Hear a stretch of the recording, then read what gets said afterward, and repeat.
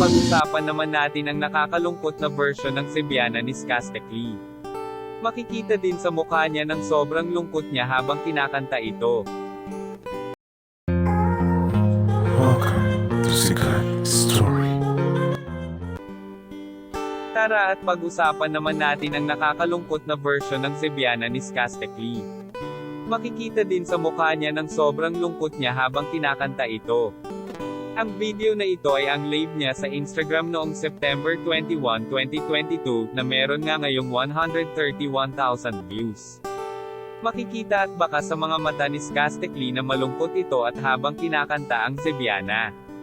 Samantalang si Zineb naman ngayon ay masaya dahil kasama niya ang kanyang boyfriend sa latest vlog niya.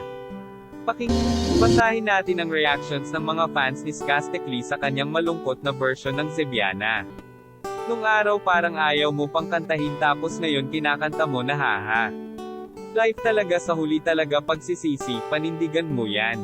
Sana laging mong kantahin ng maayos yan di para kay Zineb kundi kay Bia. Dahil dyan yung kinuha name niya. Nangangamoy na naman balikon. Putik na ito inuuto talaga tayo. Case paramdam na naman kay Zebi. Damang-dama movie, wawa ka naman tigil mo na yan. Hoy nagmamukha kang aso tahol ng tahol. Hindi na ikaw ang baby niya. Madami ang nag-comment dito na ang sabi ay parang nagpaparinig na si Skastekli kay Zinab. Kaso masaya na si Zinab kay Mr. Black.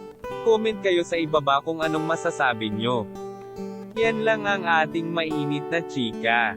Halina't mag-like, share and subscribe. Thank you.